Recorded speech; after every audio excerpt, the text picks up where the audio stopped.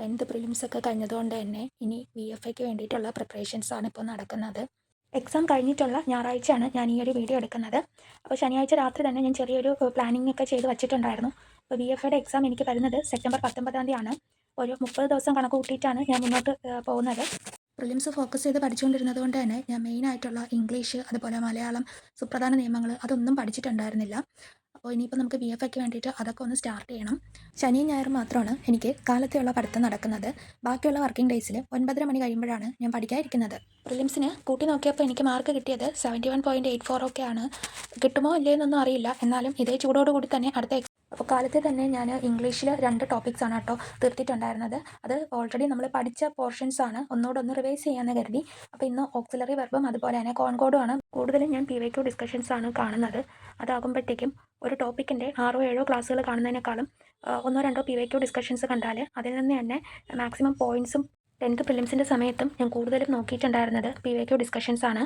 എല്ലാ ചാനലുകളും ഇട്ടിട്ടുണ്ടായിരുന്ന PYQ ഡിസ്കഷൻസും complete ചെയ്തിട്ടാണ് ഞാൻ പോയിട്ടുണ്ടായിരുന്നത്. പിന്നെ 10th പ്രിലിംസിന് വേണ്ടിയിട്ട് ഞാൻ നേരത്തെ തന്നെ ഒരു പെയ്ഡ് ബാച്ചിൽ എടുത്തിട്ടുണ്ടായിരുന്നേ. അപ്പോൾ ആ ഒരു ബാച്ചിൽ എനിക്ക് SCRT മാക്സിമം കവർ ചെയ്തിട്ടുണ്ടായിരുന്നു.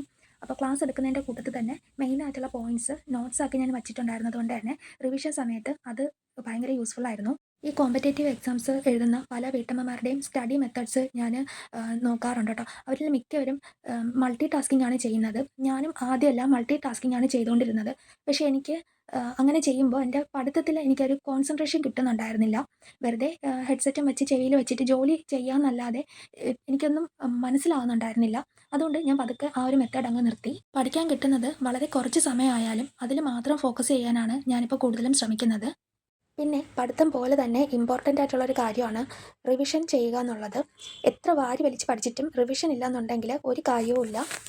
ആദ്യമൊക്കെ എനിക്കും റിവിഷൻ ചെയ്യാനായിട്ട് ഒട്ടും തന്നെ താല്പര്യം ഉണ്ടായിരുന്നില്ല. ആ റിവിഷൻ ചെയ്യുന്ന സമയത്തും കൂടെ പുതിയതായിട്ട് എന്തെങ്കിലും പഠിക്കാനാണ് എപ്പോഴും ഞാൻ നോക്കിക്കൊണ്ടിരുന്നത്. പക്ഷേ PYQs ചെയ്യാൻ തുടങ്ങിയപ്പോഴാണ് എനിക്ക് മനസ്സിലായത് ക്വസ്റ്റ്യൻസ് എല്ലാം നമ്മൾ എവിടെയൊക്കെയോ കണ്ടിട്ടുണ്ട്, പക്ഷേ ആൻസേഴ്സിലോട്ട് അത് എത്തുന്നുണ്ടായിരുന്നില്ല. അങ്ങനെയാണ് പിന്നെ ഞാൻ 1-4-7 മെത്തേഡ് ഉപയോഗിച്ചിട്ട് റിവിഷൻ ചെയ്യാൻ തുടങ്ങിയത്. ആദ്യത്തെ ദിവസം പഠിക്കുക, 4ാമത്തെ ദിവസം അത് റിവൈസ് ചെയ്യുക, വീണ്ടും 7ാമത്തെ ദിവസം ഒന്നും കൂടെ ഒന്ന് റിവൈസ് ചെയ്യുക. നിങ്ങൾ ഇതുവരെയും ഈ ഒരു റിവിഷൻ മെത്തേഡ് ട്രൈ ചെയ്തിട്ടില്ല എന്നുണ്ടെങ്കിൽ ഡെഫിനറ്റ് ആയിട്ടും ട്രൈ ചെയ്യുക. വളരെ യൂസ്ഫുൾ ആണ്.